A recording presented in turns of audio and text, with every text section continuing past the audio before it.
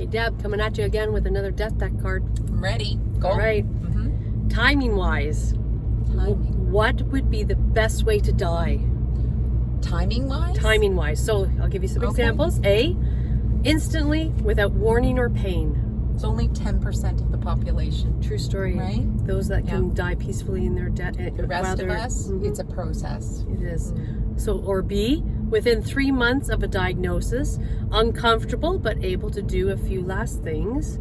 Or C, after a year of terminal illness, in pain, but time for my family and me to prepare. Okay, so the common denominator with those last two is that you have to be in pain. And that worries me because there's ways to manage pain.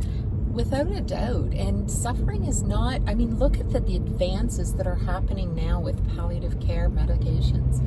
It's huge. But this is why people are scared to talk about death and dying, because they feel like pain is associated with it and it causes anxiety and those fears to surface. I've heard from people that we've cared for, number one fear that I've heard is breath, right? Losing their breath, not being able to breathe. Yeah. We can do lots of great things to try and help that.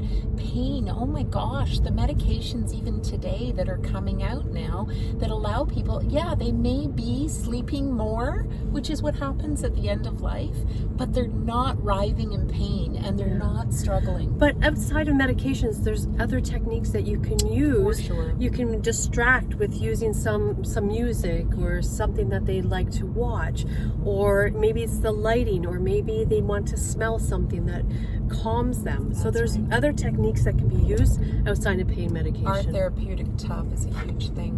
Yeah. You know, the other piece too that I'm thinking about is that a lot of people just don't know what's available and they don't want to talk about it. So, and the reality is, I think something from that card that I just want to touch on a little bit is value in vigil. Remember David Kennedy shared that with us? He did. 10% of people will die suddenly, but most of us will have a process. And whether it's 3 months, whether it's a year, there's value in being able to say goodbye. There's a value in allowing your family to get used to living and going on without you, right? And that in itself helps with the processing of grief. And I think the fact that hospice is still there for loved ones gives people a bit of comfort knowing that when they do die, that we're going to be there to wrap our arms around their loved ones.